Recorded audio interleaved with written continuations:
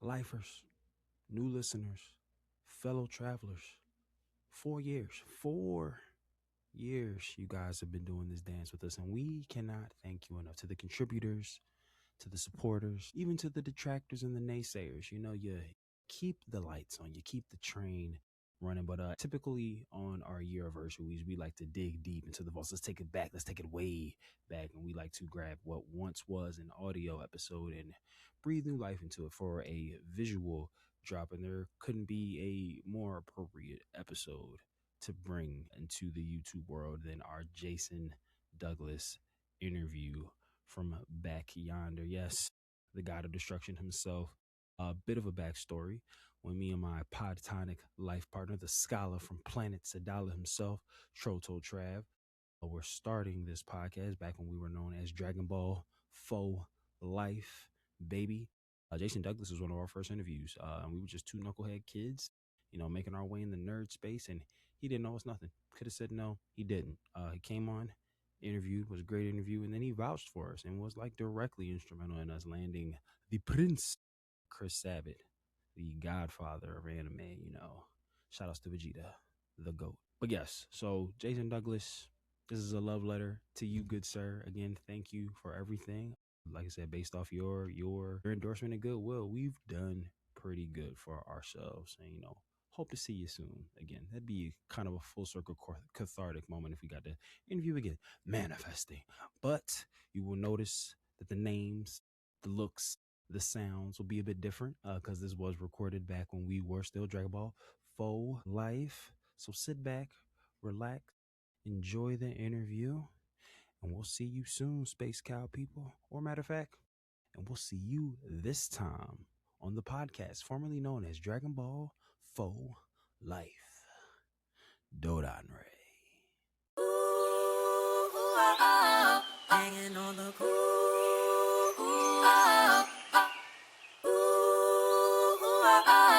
hanging on the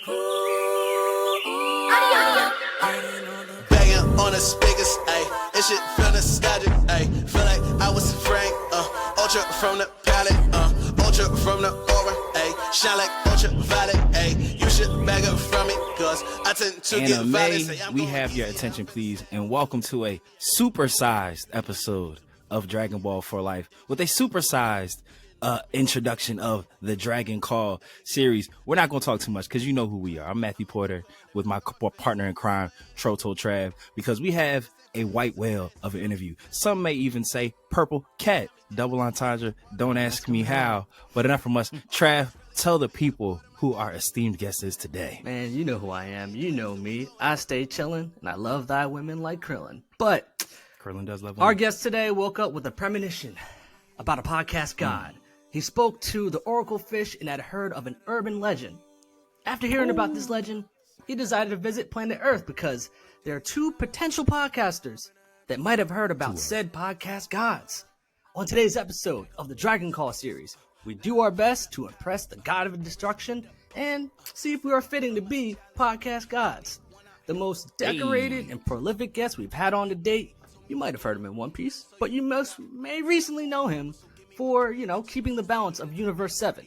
Without further ado, please welcome our guest, Jason Douglas, actor and anime extraordinaire, and also the voice actor behind our God of Destruction, Beerus. Welcome, Jason. We are thrilled to have you today. Wow, Travis. That might have been the most epic intro I've ever had on Let's a go. podcast, any show of this kind. We've been getting that after our intros, and I was hoping that to continue that trend. That's amazing. Yeah, Well, the problem, of course, is that you're going to have to live up to that like every time you have a guest on. So it's going to have to get bigger. So and far, better we've every been time. good. You're gonna be like, oh my gosh, got to write another intro. Holy smoke, dude. You're going to be like, So damn. it's funny you say that, Jason, because kind of like a running joke here on the podcast is when me and Trav have to like write something out, we're terrible at it. If a script's in front of us, like we'll fumble through it, but like when it's like freestyled, we'll like hit it first take. Yeah. But like the intros are like the one thing that we're like, all right, we gotta stick this landing. That's hot, man. Some shows, they just have your like bio and they just read it, or they just list off things. And I'm like, sometimes I'm like, yeah, I did that. Wow, I don't know. Sorry. Awesome. Anyway, it's great to be here. No, this is great. I'm happy to be with you guys, and I'm happy to be back on. Obviously not this show, but this is my first time on this show. But I know you guys are affiliated with Phantom Spotlight, which is an awesome platform, and Captain Kyle and those guys. So I'm glad to see that the Phantom Spotlight empire is expanding, and with you guys at the forefront. That is awesome. Well done. Oh man, we appreciate it. When we came into this, it was just like in our previous podcast that Matt and I, we'd go on to these little, like we said, our nerd tangents, and our two co-hosts were not as knee deep into the anime world as we were. So once Matt came up with this idea, I'm like, perfect. Like I can just talk about this freely whenever. Here we are, man. Here we go. Hopefully Here it's the first we of are. many, or I'm one of many that will be happening for you. So. Oh, for sure. We appreciate that. You bet. Y'all saw what I did with the white whale, purple cat. Y'all got that? Y'all got that reference? I was like, what do you call me? Yeah. I know the reference. Wait. For our younger viewers who might have not got the reference, had to walk them through it real quick. Yeah, No, man. I mean, it's funny because Melville. you had talked about just then about they'll just read off your resume, your page, and everything. But we just before we'd even get and started any of our questions, if you just want to just talk a little bit about your background, and because when I was looking, it seemed like you started acting at a very young age, and was that something that you were always just passionate about, that you just wanted to do for a living? Well, let me dispel that just a little bit. Okay. Because folks have asked me about, like, you must have been really young. And when they look at, like, for instance, IMDb, they'll see a couple of titles that I'm associated with a date of like 1982. and I was like, I was like 11 or something in 1982. I wasn't acting back then. But what happened is, I have over the years, particularly back when I was working a lot with the former ADV Films, they would get titles from the 70s and 80s that had never been licensed for dubbing or distribution outside of, Japan or whatever.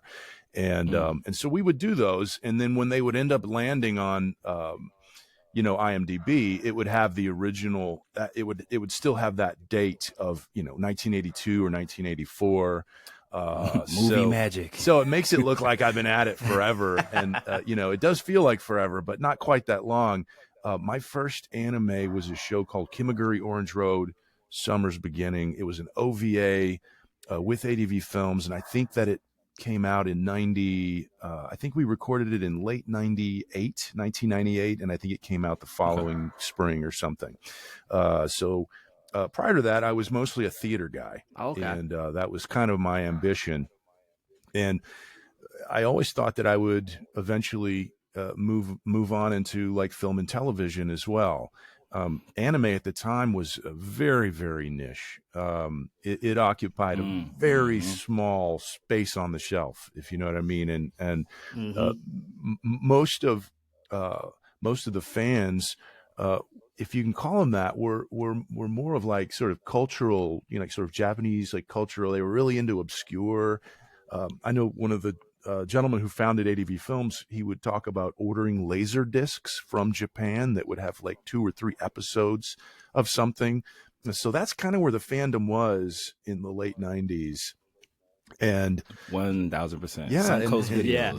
They started what ADV did. I think that was kind of it was ingenious, really, which was they were based in Houston, so they were not in LA or New York, obviously, and he started recruiting from local theater. So he wasn't going through agencies and getting people that were like voiceover guys or he was actually getting people that really maybe didn't have a lot of ambition to do voiceover or even film and television. They were just working in theater, and so they were very intelligent, I think, for the most part, and very expressive, thoughtful about character, and used to doing a lot of work on stage and children's theater, and so these are the kind of folks that were originally recruited to become actors, and he kind of developed. I'm talking about Matt Greenfield, who was one of the main founders of ADV, along with John Ledford. But they recruited what really kind of became like a company of actors. You didn't have 150 actors coming in and out of different shows. You had maybe 20 or 30 actors initially that really got a chance to kind of hone their talent, working in front of a mic, for a lot of us, it was our first time to ever work in front. I mean, I did anime before I had ever even done like a commercial, radio spot, which is far more lucrative. And I do quite a bit of that kind of work these days. But before I'd ever done any of that, I spent probably, hundreds of hours doing anime, which prepared me very well for moving into like kind of commercial voiceover and corporate voiceover. So for me, it was a great launching pad. And even though I had never, initially most of us who started out in the late 90s, early 2000s just thought, well, this is just kind of a fun side gig. Yeah. It's never going to go anywhere. And then something interesting happened. Anime started attracting fans, and these small groups of fans grew into slightly larger groups of fans. And then they decided to meet together at their college and university. And then they started booking local small hotels, and these things, patterned after the kinds of major comic book conventions, especially like the Star Trek conventions, which were really popular in the, I think, the late 70s and early 80s and into the 80s and early 90s. These became the anime conventions that we all know about today. And I think that was a huge driver of the fandom. But for those of us that were there from the beginning, we've just kind of ridden the wave the whole way. And ebbs and flows. Yeah, sure. So it's a long way of answering your question. No. I certainly never set out to become that's a great answer. an anime voice actor or even a voice actor. Yeah. Really. And if you asked me when I was 21 what I wanted to do for a living, I would say, well, I'm going to be a stage actor, and I'm going to probably end up moving to New York, or maybe Chicago at some point, and just work the boards and maybe do the occasional film or TV spot. And everything's kind of twisted from what I originally imagined that it would be. So. No, that's awesome that you're Totally able to like flipped on stick its head. through it and see what it's grown to become today. Because Matt and I will always talk about like just the excitement of discovering anime fans, because just when you were talking about in the late 90s of just accessing anime, I remember for me as a kid, I was good friends with my friend Tim. He was Korean, and he had these VHSs of Dragon Ball GT airings from Japan, and this was when I just got into Dragon Ball, finished up Dragon Ball Z. I would see pictures online of Super Saiyan 4. I'm like, wow, this looks What is this sick. form? So then I watched, the first two arcs of GT that were on the VHS. Did not know anything that was being said because it was in Japanese subtitles. There was nothing there for me to understand. But I just, from a visual perspective, I was like, okay, cool. And then as we got older, we just met more anime fans who were like, no, I watched this, but it was always kind of like a closeted thing. But now it's become supremely mainstream, which I'm loving. Yeah. Absolutely. I don't think Cartoon Network gets its flowers Right. for like how like instrumental it was like on like the Western side, Honestly. like in terms of like kids, like with Toonami and stuff like that. I feel like that was a lot of our, like obviously Trev, me and you, like, we were like into Dragon Ball Z, like especially if you watch like Fox, like wakes up in the morning to watch the Garlic Jr. saga and Always stuff. on. So we liked it there. But then like when Toonami came on, and I guess like with Tom and the presentation, it was like right after school, Right. it became cool. Like, and they like kids in school who like were like really into sports. Right. Now like, oh, y'all saw Dragon Ball Z last night? Like, yeah, I saw it too. So for me, Nah, like the after school stuff and I'm a little older than you guys, but you know, the after school stuff was like He-Man, Masters of the Universe, which was cool, or old reruns of like Bugs Bunny stuff. So they were aiming a little lower. I think they were trying to sell toys for one thing. But there's something about anime, particularly the stuff that was coming out by the time you guys were watching it, which is one thing, it was just generally more exciting, and a little more aspirational, I think. Like, for some reason, I don't remember other kids really being inspired or wanting to be He-Man. But there was something about the way the stories are told and the way the characters are constructed, that kids really identified with, especially Dragon Ball. I mean, I often talk about ADV because that was kind of my, you know, and they were a big anime studio, and they you know, as far as distribution for dubbing, and they did a lot to introduce you know, the West, if you will, to anime.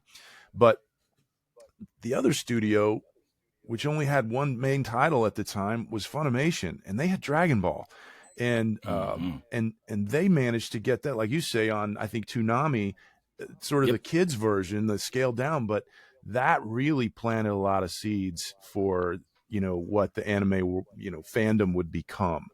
And I still hear people at conventions when they talk about being kids and watching Dragon Ball, and now they've graduated on to, you know, more Dragon Ball or other other anime shows, and I think the big discovery, I think, for a lot of anime fans is just the idea that anime isn't just giant robots, you know, or even, you know, whatever Dragon Ball is, which is this kind of cosmic, almost Star Wars type story that is, you know, it kind of is its own genre and defines itself in a certain way. But, you know, realizing that, oh, there's also these really cool sci-fi genre stories, or these other kinds of sci-fi, or not sci-fi, slice of life type stories. And then there's vampires, and then there's like literally just every kind of, people began to realize, well, anime, it's not really a genre, it's just a platform for many different ways of storytelling,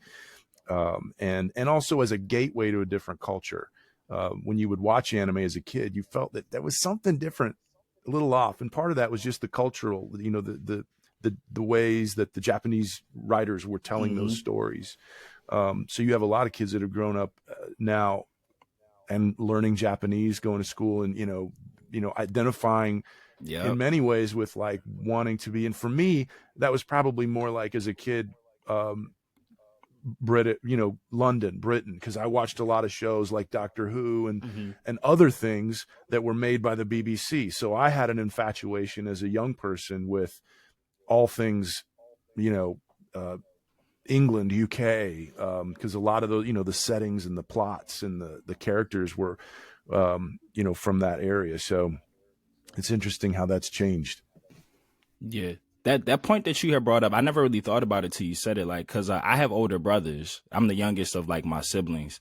So they grew up, you know, like He-Man, Masters of the Universe, right, you know, Scooby-Doo, Looney Tunes, Bugs Bunny. And that's actually like a really good point. Like, they didn't really like emulate those shows. It was just kind of like, oh, I'm gonna sit down, watch my show, talk to people about it, and kind of go on. But yeah, like the 90s, like we all wanted to be a Pokemon trainer. Like we all like turned our hats backwards now, like because of Ash and stuff.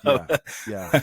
You didn't really have even like when you didn't really have guys like you know, whatever, by the Castle of Grayskull, I have the power. Like you didn't really see a lot of, like, there wasn't. How do you latch on to that? I don't know. I mean, I'm sure there's a fun way, and I think Netflix has, you know, reinvented He-Man. Yeah, they redid it. I don't know. I haven't they seen redid it. But I loved watching that show as a kid. But it was mostly just cartoons were very just kind of afternoon like it's what you did until it was time to go outside and kick a ball around, and it wasn't something that we were.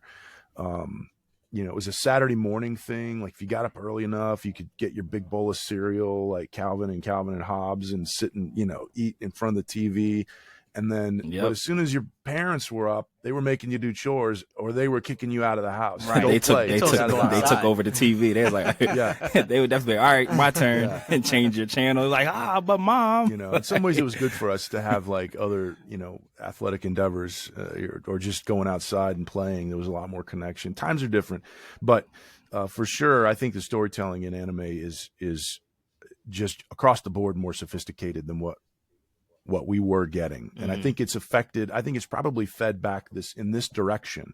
I think animation generally is more sophisticated now than it was.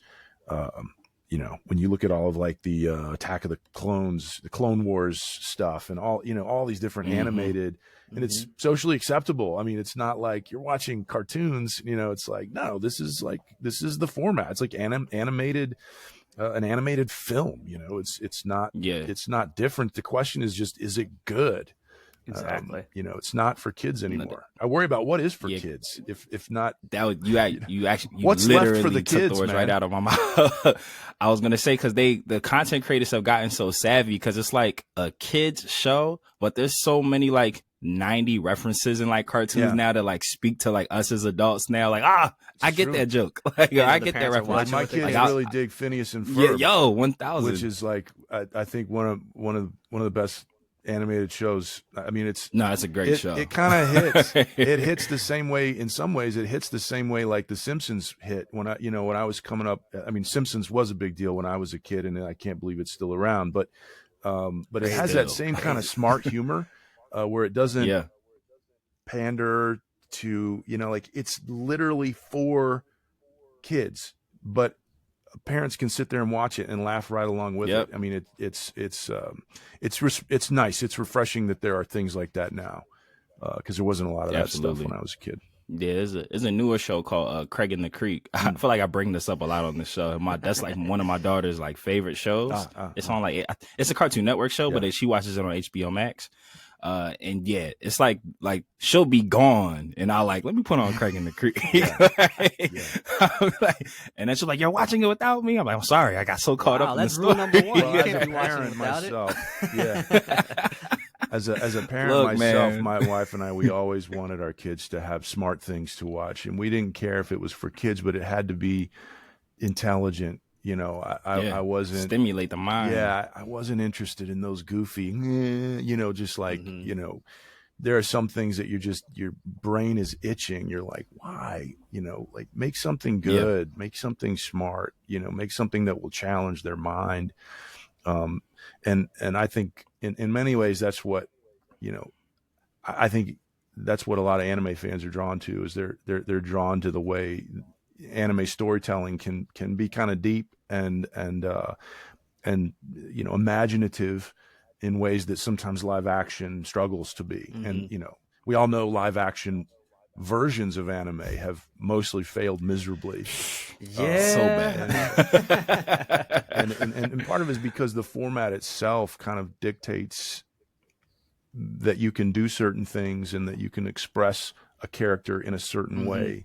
Man, I don't know. I think in the Marvel era, maybe we can start to see how a Goku and all these characters could be portrayed, but they really are conceived, I think, from the ground up as animated characters. And so I think it's really hard to make that crossover into live action. Yeah, especially from an aesthetic standpoint too, because like the designs and creations of these different characters are just so unique, where it'll be really tough to like try to emulate that in a live action format and have it still have the same effect as you were viewing it when you were watching the animated version. Yeah.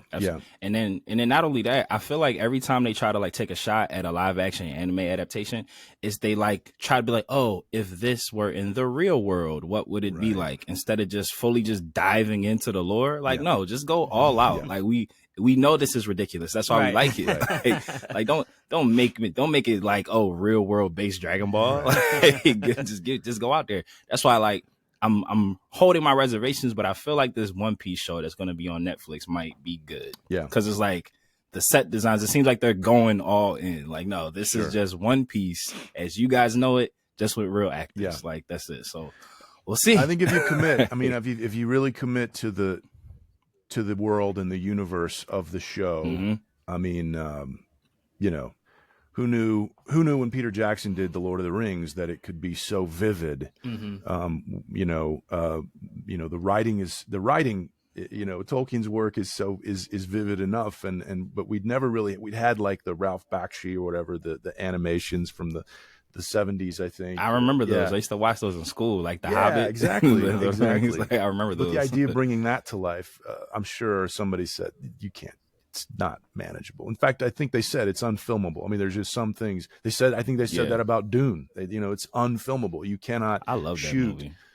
a film version of this. And I thought Dune was very good. So I think it's possible, but you have to have 100% commitment to the world that was imagined by the creator, right? So, you know, Frank Herbert or J.R. Tolkien or Akira Toriyama, right? Like what did he imagine when he started, you know, writing these characters and inking these characters? Maybe something like that could work, but you could never pull off the hair. That's that's true. Man. Yeah. So you can try, but a lot of gel. A lot of gel. That's the point. That's a good metaphor for the problem, right? Think about anime hair.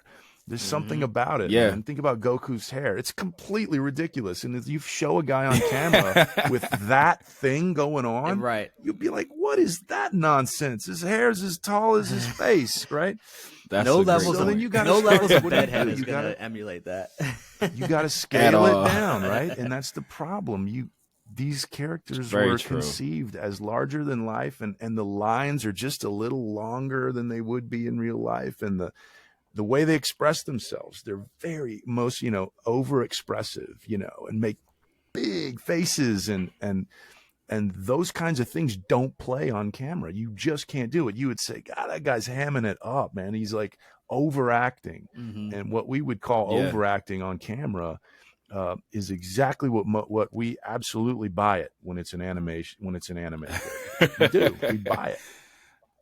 So that actually is kind of a crazy transition to like one of the questions that I did want to ask you, because obviously your pedigree is very well renowned and you've done more than just anime. Another huge fan show that you were on was The Walking Dead. Told you were in there for 26 episodes. I didn't know that. I looked it up. 26, but it says 26. But so we've had a couple other voice actors on the show that have like done a bunch of different anime projects, video game voice actor and everything. And a common thread between them is that they kind of gravitated towards voice acting because they didn't like to be in front of the camera. Like, voice acting or like playing to be somebody else, like allowed them to like break out of their shell, because they actually were very, very warm and welcoming to us. But they you could tell they were like naturally more reserved people. Yeah. But, like when they get in the booth, they can kind of shed all that. Sure. So you, as someone who actually does work in front of and behind the camera, like with on screen and voice acting, do you find that there's like a different headspace that you have to put yourself in, like when you're just like providing your voice to somebody versus like when you're like physically portraying a character? Yeah, that's an interesting question, Matthew. I know it feels different. I can get out of my car after I park it. I can walk into the studio, say hello, maybe grab a coffee, and in 5 minutes I'm in front of a camera and we're recording, and there's very little time. Now some actors might tell you they go do vocal warm-ups and do all this stuff. A lot of us don't, and I don't. I will clear my throat and kind of in the way, like on the way in the car, got the but herbal I'm not tea really on deck. Yeah, sometimes The green sure. tea ready. I mean, there is a convenience factor of performing. Now, that's not to say that we're lazy about it, because once we're in the booth, I think most of us are very serious about wanting it to be good.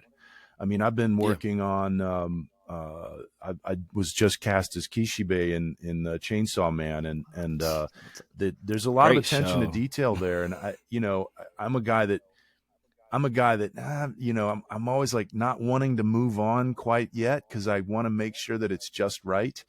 And I have to really rely on the director. In the case of Chainsaw Man, we're talking about Mike McFarland, who is great, and trust their judgment. On set, it's a lot different. because instead of being just maybe me and then two other people, the director and the engineer, there's 40 to 100 people watching that performance. There might be, on the inside the frame that you look at on your screen, there might be two people having an intimate conversation.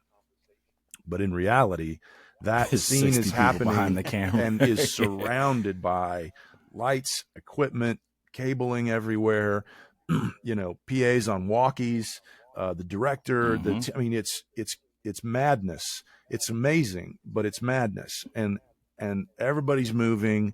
There's all these moving parts. You got the lighting team, you got the sound team, you got the camera team, you got guys laying track, you got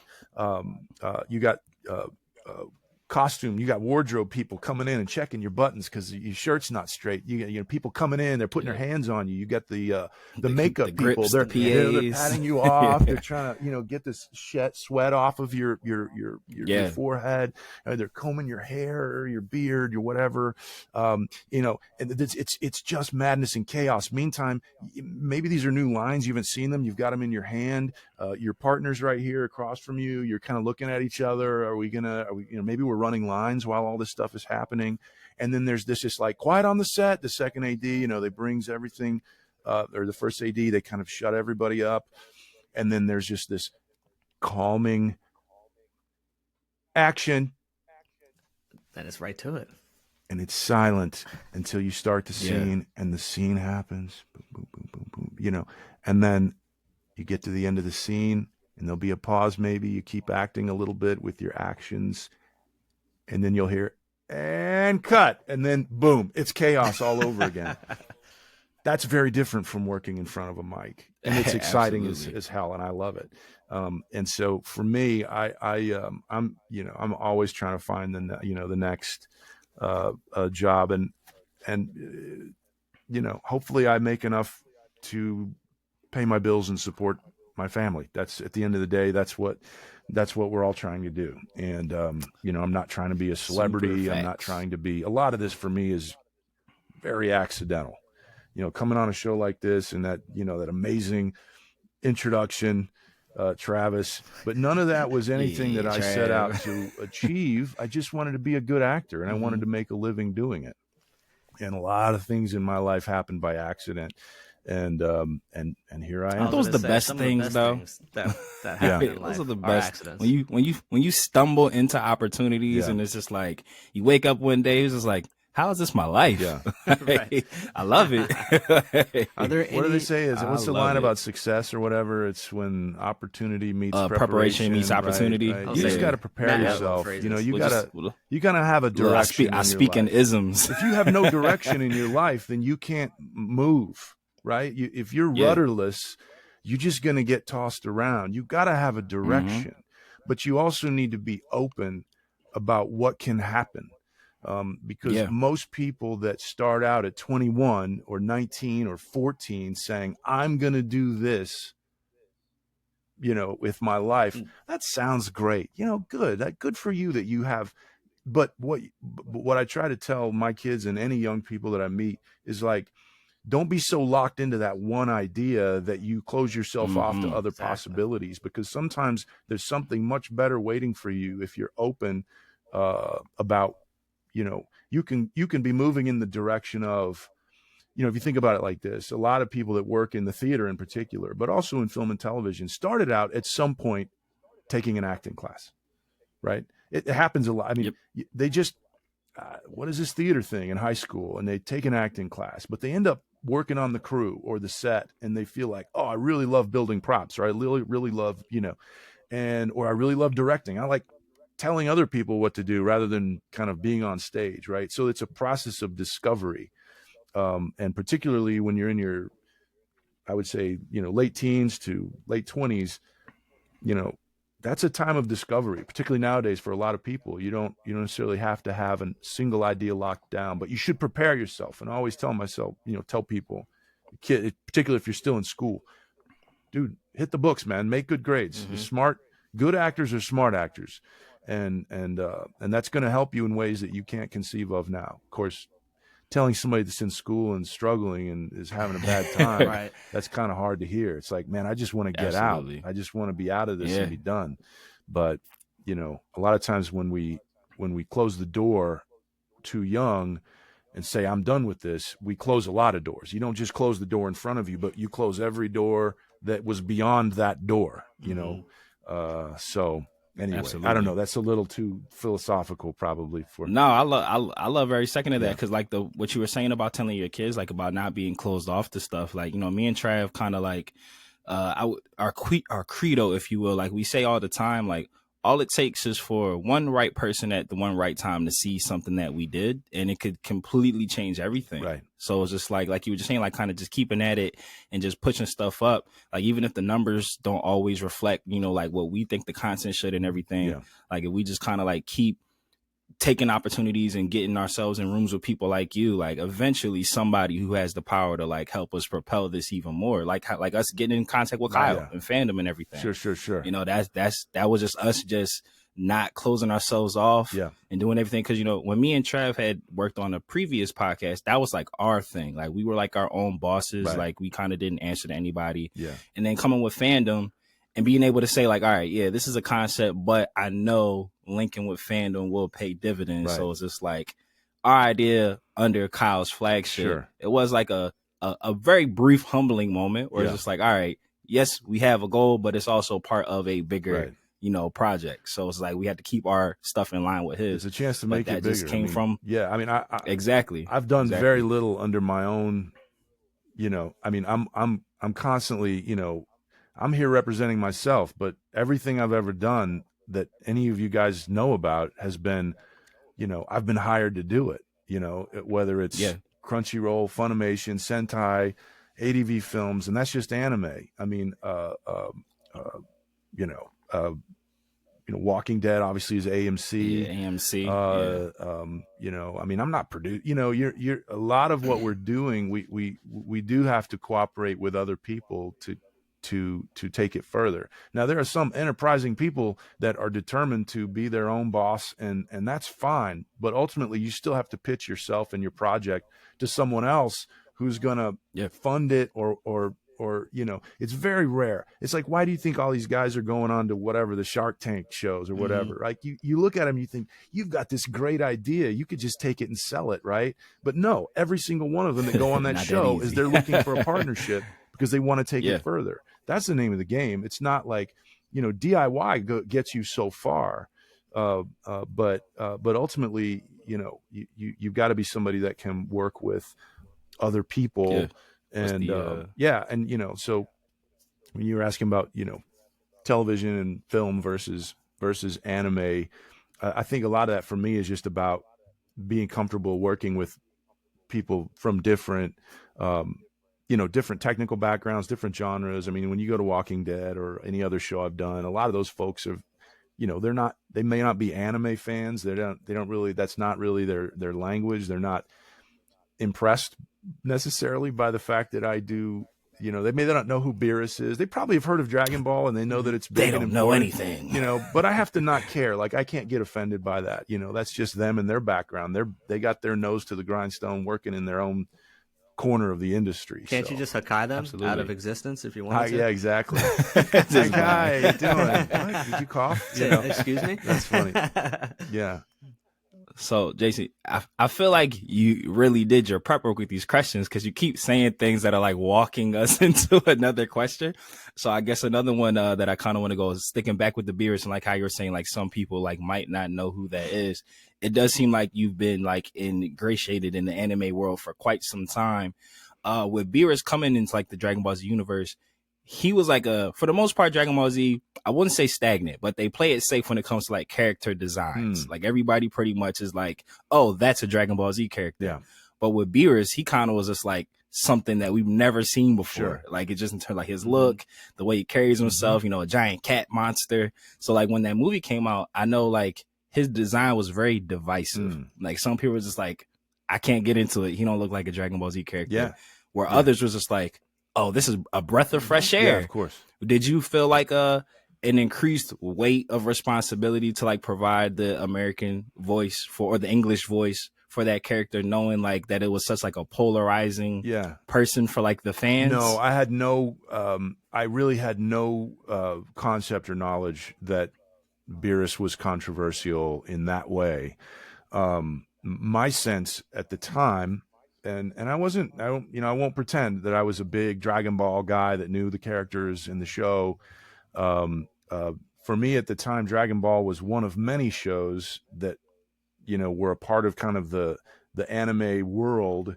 And I think I knew it was a big deal, but I don't think I realized until after I started doing it just exactly what kind of big deal it was. And remember when we did before Battle of Gods, and I had participated in, like, I had done King Cold for the Dragon Ball Z Kai. And I think I had done some off characters in a video game or two. But there had been no truly new Dragon Ball canon for like 17 years at that point. So in some ways it felt like whatever's Dragon Ball is really just maybe kind of, it's just kind of drawing out that old nostalgia rather than being something fresh and new and different. Right. And exactly. It feels like Mr. Toriyama, much like Beerus, kind of woke up from a 40-year nap, right? And had this amazing palette of new ideas. And I think that's what we owe Beerus and the whole idea of the multiverse within Dragon Ball. I mean, I don't know why he decided to do that all of a sudden, but I think most Dragon Ball fans, and certainly me, are grateful that he did, because it really reinvented the show in a way that I don't know has ever been done before. I mean, I'm just I was trying to say the of, same like, thing. taking a show that is like an old show and kind of picking up where it left off. Of course, you can do that, and you can do that with anime. You can't so much do that with television because actors age. Right. But picking up where you left off and taking it in a almost seamlessly new and amazing direction, and people are like, yes, this is what I remember, but more of it and deeper and more interesting, and sort of in every way. So I don't know. I was certainly grateful, and I know Ian Sinclair tells the same kind of story of just kind of he was a Dragon Ball fan, but it's a similar thing of like, hey, this is really great. Like it's an honor to be a part of this. And for me, I felt like at that point, I had been around for more than a decade, like almost 2 decades as a voice actor in anime, and had done a lot of titles that I really liked, but that were mostly forgotten, and was doing, the occasional like supporting role, lead role in some cases. I know my first role just to bring it full circle, my first role with Funimation, I think, was Trinity Blood, which I did with Mike McFarland. I played Wordsworth, and that was a major character, but it was a lot of these. You can do a major character in a kind of big show, and then the thing happens, and then it just doesn't really go anywhere. Nobody's really asking for your autograph on that picture. Nobody's asking you about that show. Maybe they saw it and they liked it, but they don't want to talk about it as much. And there are not a lot of shows like that from my early tenure, even though at the time they were big titles. I still do get some people that like to talk about Il Palazzo, which is a character I did for a show called Excel Saga, which is a very funny, wacky, really anime parody, and it's out there. You can find it. I do get people asking about that, but it wasn't until Dragon Ball, it wasn't until Beerus, to be honest with you. I mean, I thought I had done all there was to do, and it wasn't until Beerus came along that I kind of graduated to another level of the world of what it means to be an anime voice actor. I wasn't doing conventions. The only reason I do conventions was because I did The Walking Dead, and I had a good friend who named Lou Temple, who was also on the show, and he was like, "You should be doing these shows. People come out, and you get to meet the fans, and so I started doing Walker Stalker, and then slowly there would be fans at that show who would come up and want to talk about anime or have something anime related, and that was totally surprising to me, and then that just kind of evolved to where I'm now doing, I don't know, probably 6 or 8 events a year. But it's shifted. I get maybe, 5 or 10% is traffic based on other things outside of anime, and the rest of it is anime related. It's a lot of fans of Dragon Ball, of course, but also fans of, like, you mentioned One Piece and Fairy Tail is a big one. Guild Arts, obviously, and I get a smaller share, but a decent chunk of people who are really into Borderlands, the character Krieg, that I do for that show. Okay. So.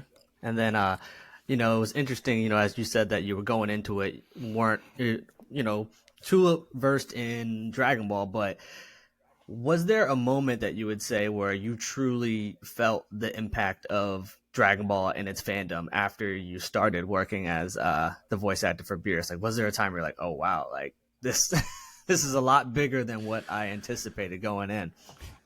Well, for me, I think the big when we were promoting Battle of Gods, we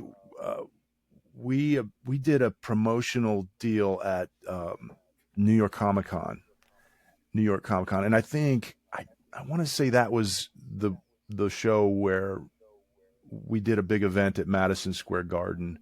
Okay.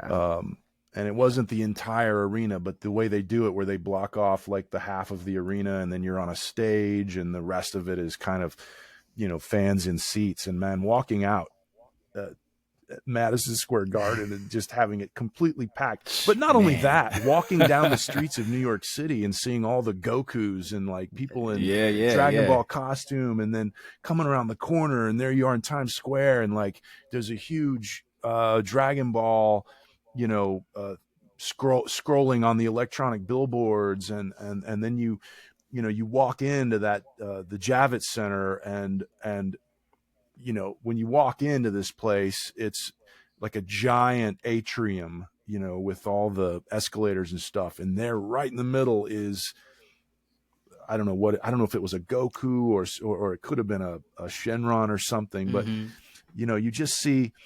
you see the size and the scope of the promotion that goes into it, but also just the commitment of the fandom. I mean, there's not a city that I've been to, there's not a show that I've done where there hasn't been, at least a half a dozen guys in, orange jumpsuit and like crazy yellow Goku hair, just yelling down the street, screaming for no reason.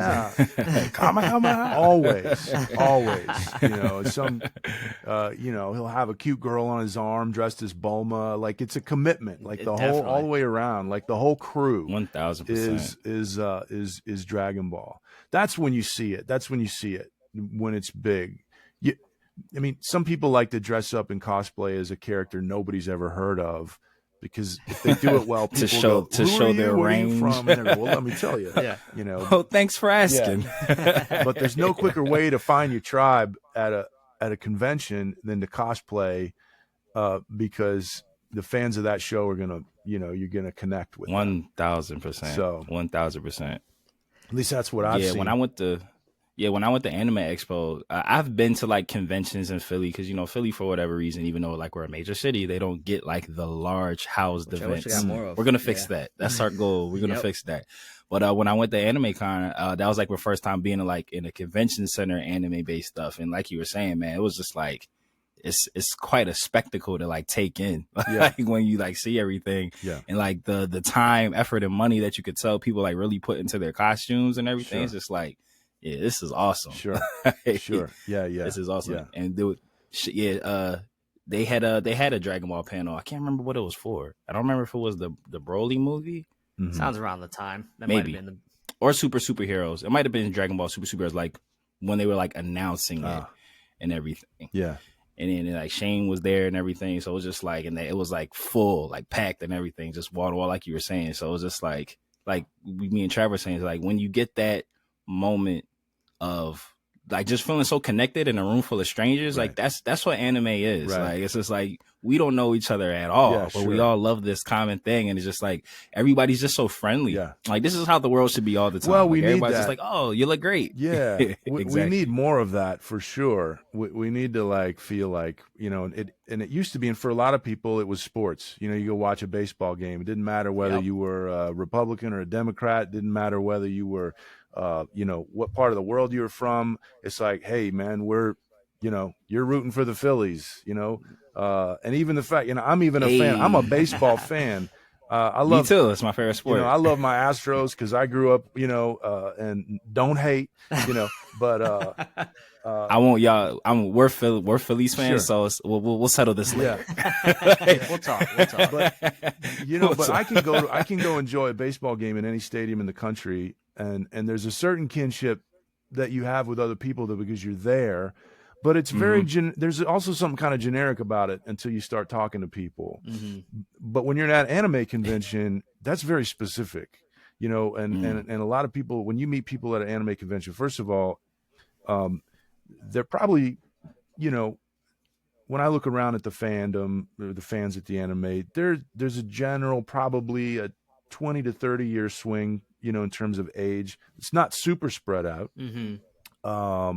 But you know, you probably have a similar like way of like there are probably some similar life experiences there, and you just have to find out by asking each other. Even though you could go to a show in Dallas and as a guy from Philly and probably meet somebody from Sacramento, right? I mean, it's, you know, and still get on with them, you know, get along and have, you know, because you've got the commonality of Dragon Ball, but then you've got kind of like the life that you've lived around that and like why you were drawn to it.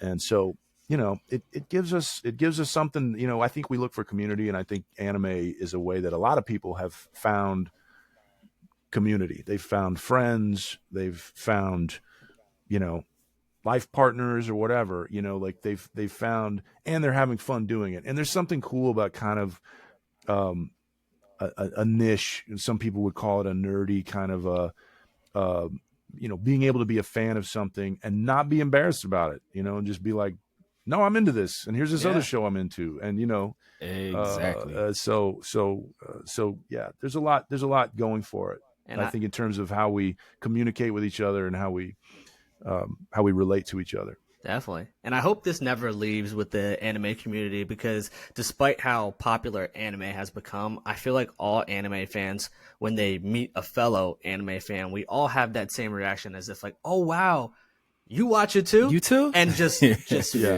fan out and just go in where the sports reference, you know, I can meet someone like, oh, you're an Eagles fan? Yeah, me too. You might, the conversation might not be as deep and thorough as when you meet an anime fan, because then you just start talking about the intricacies of different shows, what you're currently watching, what you're binging. But yeah, it's almost as if like even doesn't matter. It could be the most mainstream type of genre that you want to see. Everyone's going to still react as if like they're the only ones that are watching anime. So when they meet someone else that's watching it, it's the best thing ever. And like, you have some of the greatest conversations, I feel like, that come from that. Yeah.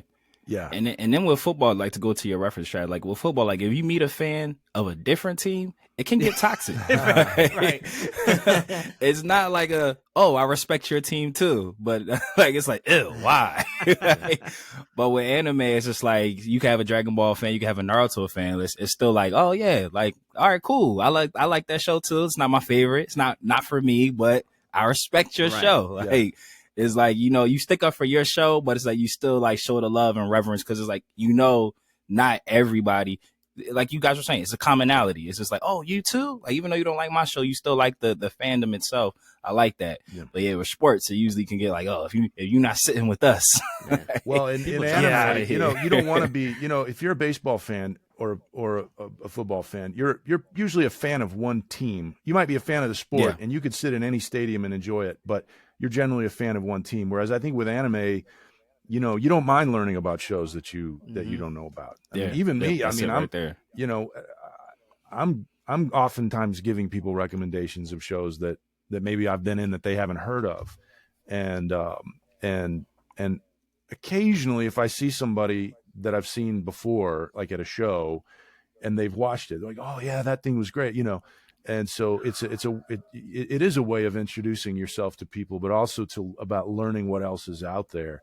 I don't know, the closest thing. Well, we've had a couple of things, I think, in fandom that that I hope aren't the rule. I mean, it used to be the big argument was about dubs versus subs, and my thing is, I don't really care. As a voice actor, obviously, I think I hope people can watch and enjoy the dubs because we put a lot of effort into it, and the dubs aren't. I think before ADV and before like that era of the early 2000s when it really started mushrooming, and before that, when you listen to anime that came out before that was dubbed into English, it was often not good. I mean, if we're just honest about it, it was often not good for various reasons. And it wasn't always because the actors themselves were bad. They just weren't given the time to make it good. And the studios themselves that were dubbing it weren't really trying to make it good. They just were trying to they needed to get it done, and nobody really cared. And they had a limited time to do it and not a big budget at all. And so it was not good for a reason.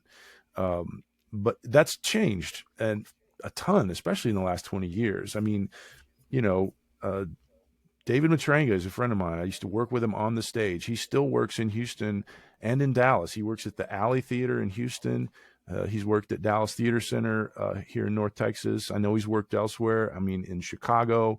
And that guy's still doing anime. I mean, anime is they are bringing some of their finest when it comes to like casting people and choosing the best actors they can find. And it's just very different than it used to be. And I think particularly in the era of simuldubs, when, if you're watching something on simuldub, you're seeing it at basically the same time they're watching it in Japan. I think it's fair. I think it's fair to consider your English cast as part of the cast, as part of that voice cast. And you don't have to read the subtitles while you're watching it. I think that's the way most creators intended I can for look their centered stuff instead of lowered down. Now, I'm a subtitle guy when it comes to live action. I've dubbed some live action stuff and I've enjoyed it, and I always try to do a good job. But if I'm watching it, I do want to hear the voices that are coming out of those actors' mouths. I got you. But in the case of anime, we're providing the voices, and it was the same for the Japanese counterparts. We're providing the voices for characters that are already there. So even though the Japanese actors, they typically tend to do prelay animation, so they're doing their roles without having to view it.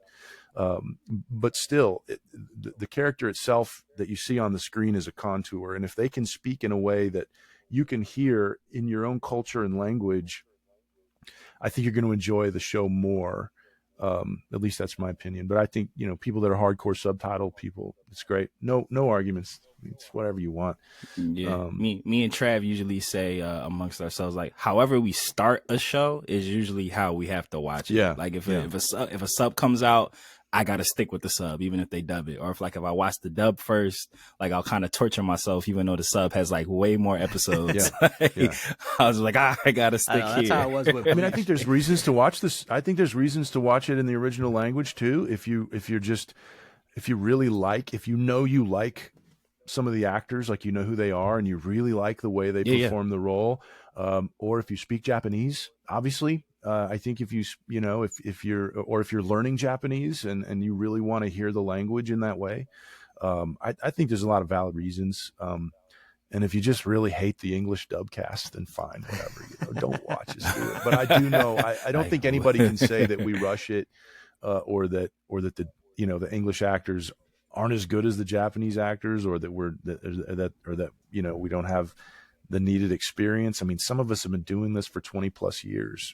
And have hundreds of titles, I mean, I think I've got a lot, but people like Monica and certain other ones have even more. It's astonishing. And speaking of original voice actors, I just got to give the flowers to Masako Nozawa, the voice actress of Goku. She is 86-year-old and is still yell at the top of our lungs, like, and Amazing. And you brought up a good point when you're talking about when Battle of Gods returned and how we haven't seen too many shows that, you know, had such a long hiatus that were older shows that make a return. So it's really impressive to me for her that, you know, that not only did she come back to it, but comes back still as great as ever. So, you know, I'm a big proponent of giving people sure. flowers while they're still here, because she is still Of killing course. it at an elite level.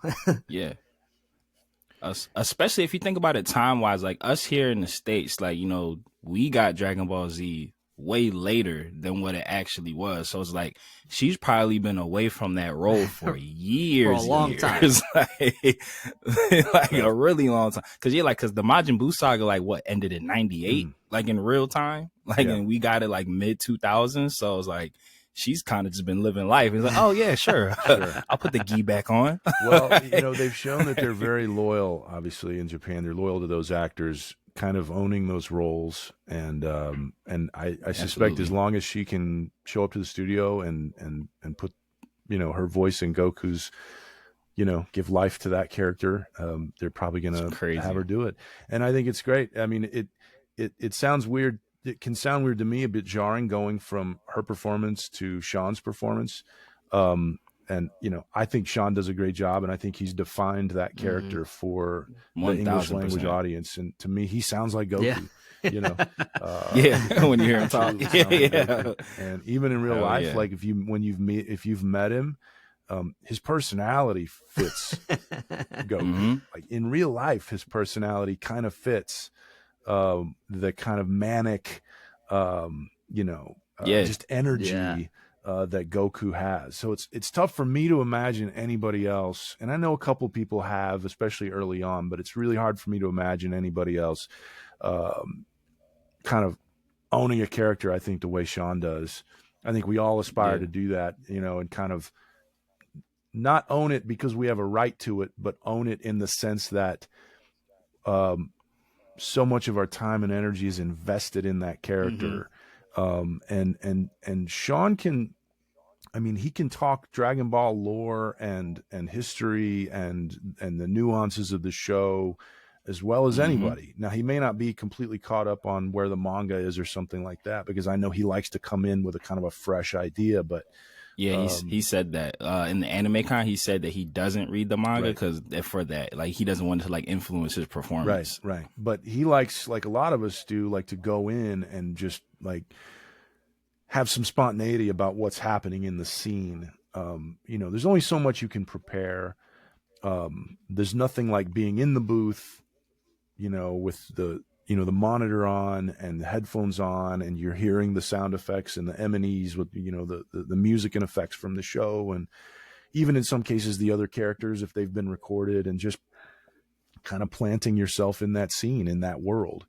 And that's what, you know, that's kind of an experience that does happen on a set, is the idea of being surrounded by the set and in costume and sort of feeling like once you pull the character's boots on, right, and you know, and you look at yourself one last time in the mirror before you leave the trailer, that you are that character.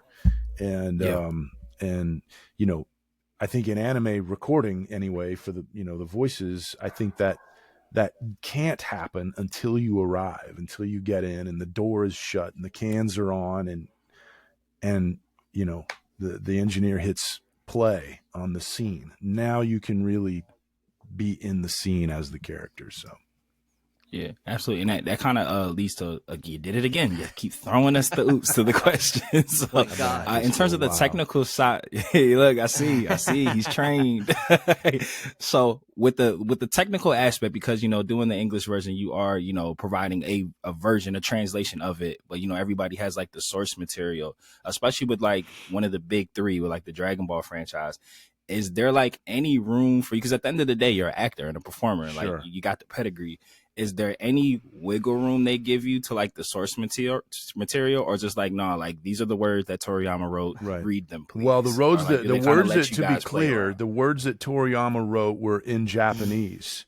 And so that has to be translated, first of all. That's the first part of the job. The next phase is it has to be localized. It's not enough just to have a translation. You would be astonished at how bad the scripts would be if we just did the translation. Done Google Translate. It's not that, truly though, people think, oh, just translate, just do the translation. No, believe me, you don't want us to just do the translation. And oh, by the way, if you're reading subtitles, you're not just reading the translation. It's a translation that's been localized into understandable regional English. So even then, the only way, if you're going to be a purist about what Toriyama wrote, the only way to do it is for you to go to school and learn Japanese and read them as he wrote them. So that's first of all. So by the time I get into the booth, a straight translation from the Japanese has been localized. So you've now taken the translation, the word for word translation, or the phrase for phrase, however they choose to do it, and you've written it in a way that flows. It sounds like natural language. It sounds like a script from any, that's the goal, depending on the skill of the writer. And then there's a phase of recording where you actually have to be in the studio, putting the words into the characters' mouths, and they don't always fit well. Sometimes it turns out that when you're actually, up to character energy and you're performing in a scene, that what's written isn't really ideal or what's adequate. So at that point, that's where your confidence as an actor kicks in, and you, along with the director, at least for me, I'm suggesting things. Someone that's just starting out is probably just waiting for the director to rewrite it and tell them what to do. For a lot of us, we view it as this is the final stage of really translating and localizing this for our audience. What we're not doing is making up new ideas necessarily, or coming up with a completely new, we're not changing, we're certainly not changing the motivations or the goals of the character. Gotcha. We're not trying to do anything that's kind of outside of what we understand the character to be. What we're really trying to do at that point is to say something that sounds natural, that sounds like something the character would say, fits with the translation, but also fits into the lip flap space that we have to work with. So that's kind of the final, that's what it's like to cross the finish line with a good sort of translation from Japanese to English. And if you're ever watching something in dub form and you're really enjoying the writing and the performances and everything flows smoothly and it seems really AAA top tier, a lot of that credit belongs to the writer who took the translation to localize it, and then I think to the team that was in the studio at the time, and to the director in particular. Your director sometimes gets the same. Sometimes you'll find that your director, who's listed as the ADR director, is also the writer. But more often than not, it's a different writer. It's handed to a director, but then the director himself or herself is kind of the final gateway of what works. And there's a lot of writing on the fly. But it's not an improvisational thing as much as it is a doctoring, to try to make it work, to work well. And sometimes we'll have a good idea. There was, I think I've told this before, but at least with Beerus, when he's in that scene with, I think it's the Zamasu scene when he says Hakai, kind of for the first time officially, there was a question of what would he say there because it just translates to destroy. And I knew that it was important for the characters. I was hearing from the fans already, is Beerus going to say Hakai? And I was like, well, yeah, let me talk about that. I was talking with Chris about it and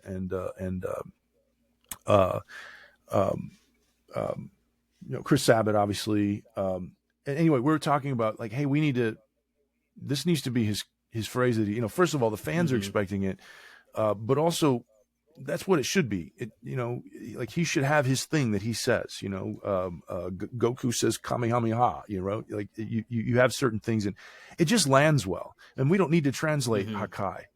When Beerus says Hakai, he means Hakai, man. And we all know what that does. That's devastation. It's destruction. It literally translates destroy or destruction, but we don't need to, we lose a little of the emphasis if we just say the translated word.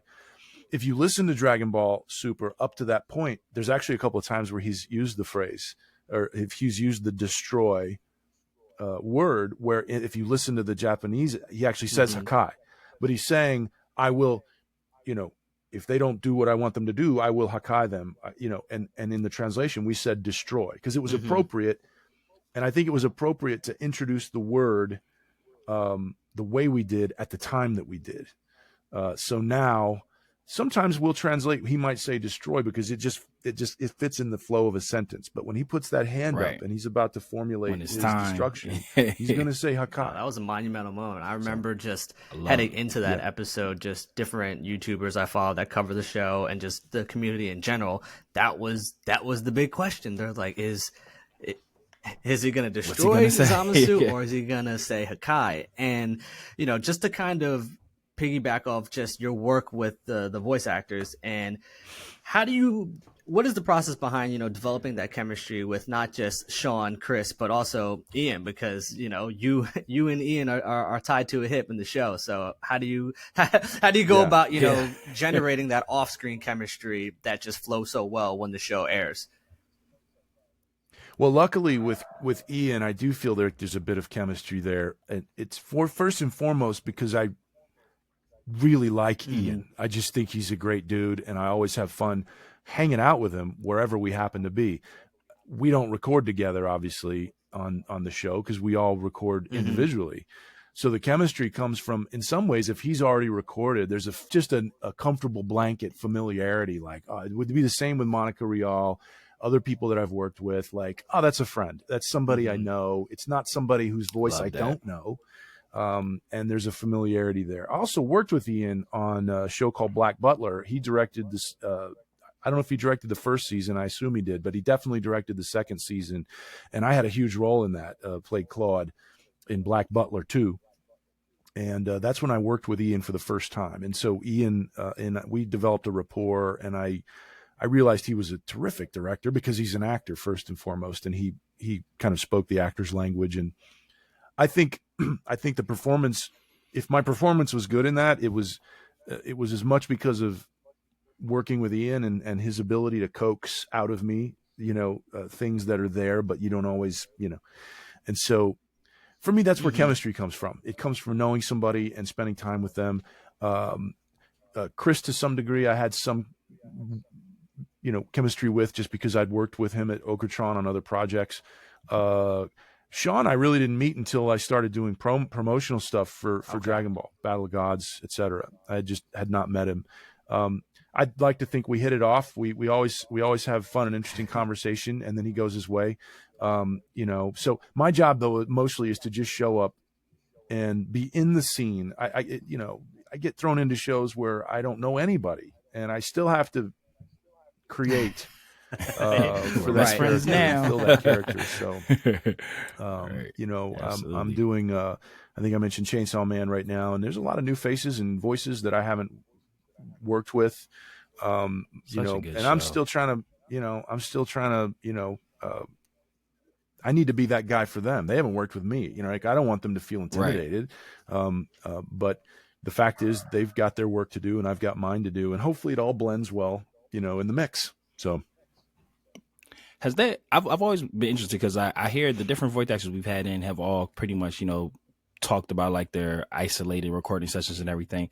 Is that like a post-pandemic thing, or has that always been like everybody just records and sends in? Like, is there ever like group sessions? Was that ever like a thing where like if it's a group scene that everybody comes in and like does it together? No. Because I always think of like those Disney promos where they like show the actors in the room together recording. I was like, have they been lying to us this whole time? The difference, Matthew, is that in Disney shows, we're talking about prelay animation, so they do bring the actors in as part of the process early on, and they're just reading their lines. Really, they're performing their lines from the script.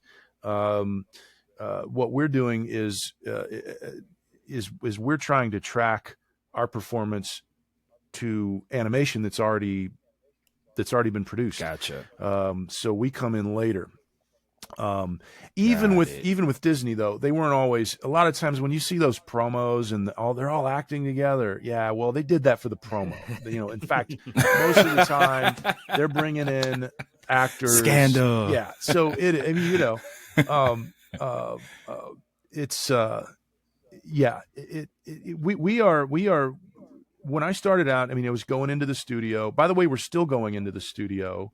A lot of the remote recording that we were doing during the height of the pandemic stuff has gone away. Still sometimes happens, but it's not as much. Crunchyroll has been very particular about wanting to bring people into the office, so to speak. Yeah. Your only time that you really get these group sessions are in what I think some people call Foley sessions, or I don't remember the words they're using for it, but they're doing it to save time on these group scenes where and I don't mean individual, but like when you have lots of background happening. Let's say you're in a canteen or a bar, you've got lots of just jibber jabber. Thanks, Mr. T. Jibber jabber going on. And a lot of times they can save some time by having maybe 4 actors in the studio on 2 mics, and just all at the same time. It's characters walking down the street. There's a lot of action going on. We just want to fill that, with something that, when you building that soundstage, if you've ever watched the extras on a movie, especially like Lord of the Rings, where they really get down to the nitty gritty of like, of sound design, it's fascinating, and you can really make an experience richer by building up the sounds to really make it sound like there's life going on and there's a richness. And they didn't really used to do that, but I think there's more of that now that you see.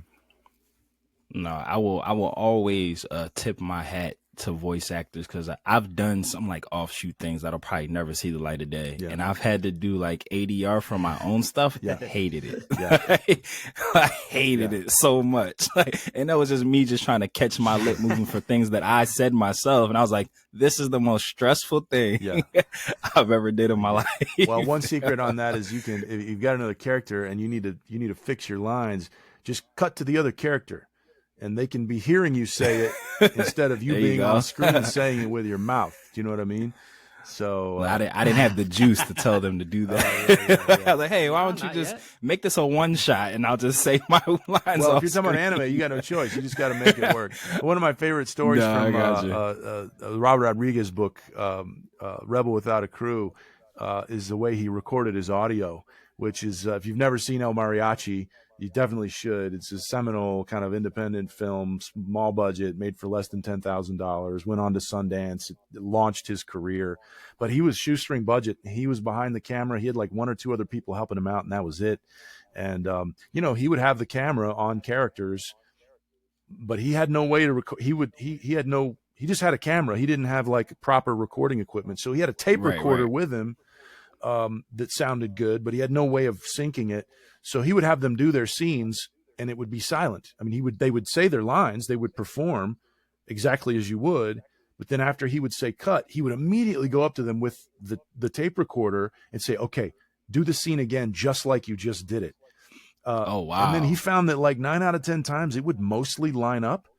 And if it didn't line up, he said, usually it lines up pretty good at the end, but then or at the beginning, but then as the character continues to speak, it starts to get off track. So what would he do? Right. He would just cut to the other character. So the character starts speaking here, and about midway through, he cuts to the other character in the scene who's just listening and watching. Who's listening? And it would work.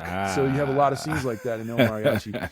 There's a lot of little tricks, but we can't do them, in anime, right, because we're working with what we've got. We've got to match the picture that's already there. So I've got like almost no time left. So if you guys want to maybe ask your last question or wrap it up, that'd be awesome. I was going to say. So we're going to get this one in because it's from our wonderful executive producer, Yali. She wants to know if you have as much of a sweet tooth as the character that you play. Oh, man. Yeah. For me, it's not a sweet tooth. It's more of a savory tooth. I do love to eat, and I do love trying new things. I love to enjoy food when I can. And so I appreciate the craftsmanship that goes into a really fine meal. and I'm, you know, I have a bit of a fanboyism of just the restaurant industry in general. I worked in catering and restaurants back in my early 20s, and a lot of fine dining stuff. And, you know, while I was, you know, still in college and doing theater and stuff. And so I have a big appreciation for that. And anyway, I just, you know, I do appreciate it. Not in the way, you know, Beerus is able to enjoy it. He doesn't have a problem kicking back probably, you know, 40,000 calories a meal. I can't do that. Look, it doesn't gain weight. It's amazing. But you know, it is funny though. It's something about anime doing a session when there's a lot of food on the table and they're all enjoying it. Like, you're like, yeah, where am I going to go eat lunch? I get hungry after every time. Oh yeah. Oh yeah. Well, and like, I'm about to go get some ramen right now. Ramen, anything like sushi. I mean, I remember when I first started, I remember doing some shows, and you know, we would all break for lunch and we would go have sushi, or we'd go to have pho, or you know, ramen somewhere. I mean, I don't know why it seems silly. We're a bunch of guys in Texas and we're just recording, but yeah, we would. And it seemed appropriate, you know, like, I don't know, staying in character maybe. I don't know. The final question I just want to, it'll be quick.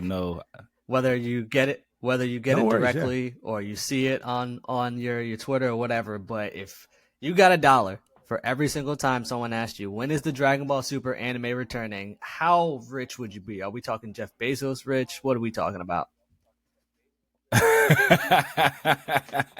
1 billion dollars. No, I will just say this. There's not a show that I go to where I don't get that question. The age-old question. And it's always charming. They always have a smile on their face.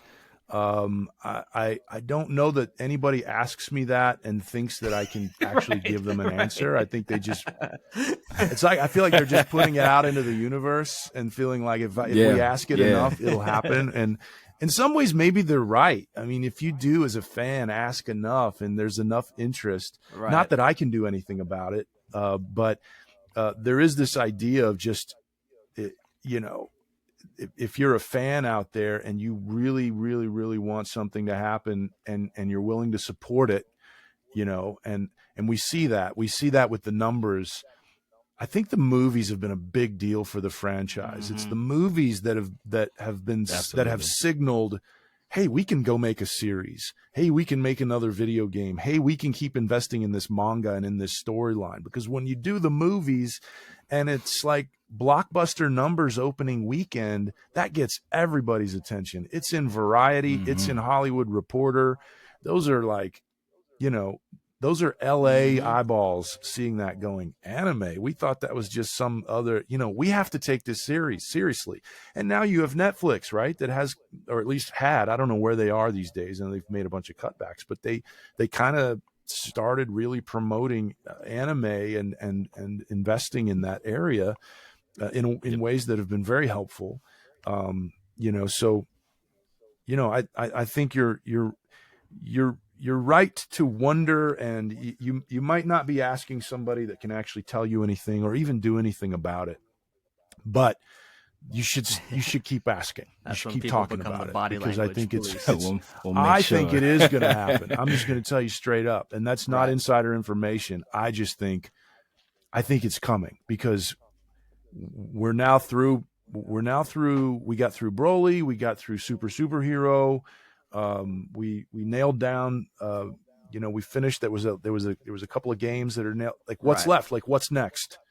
I guess it could be anything, but I just feel like we're about to learn, you know, that it's going to be sooner than we think. That's my intuition and my optimism that I hope to leave. We're rolling. Well, Matt will take us away. Jason, thank you so much for joining us and taking time out of your schedule. It's a busy time with the cons going on, but we just love doing this. We love speaking to new people, and you've just been added to our Dragon Call list, and we cannot be more grateful. Thanks, man. I appreciate being on with you guys. You guys are great interviewers, by the way, and I really hope you guys stick around and keep doing this. And I hope that I'll have a lot of colleagues that will come on and join you guys to talk about Dragon Ball or whatever else. There's a lot of great shows that you can talk about outside the Dragon Ball world, of course. That's the goal. But yeah, this has been fun. So. No, and that is that comment means a lot to us. Like we can't we would take up way more of your time to express to you how much that means. No worries, man. We've been working really hard at this, so like that validation, we greatly appreciate that. I love that you guys are fans, and you're fans, but you're also being professional about it. So that's super cool, and you got good questions. So that's great. Thank you, thank you so much for that. But as always, thank you so much, Jason, for joining us. My brother Trav, the lifers out there. This has been a very successful episode of the Dragon Call series here at DB4L. And like we always say here at DB4L, whether you watch it or you read it, we all need it. So follow your fandom right back here, and we will see you next time on Dragon Ball for Life. Dodon Ray. Shout out to super producer Mikey. Shout out to Yali.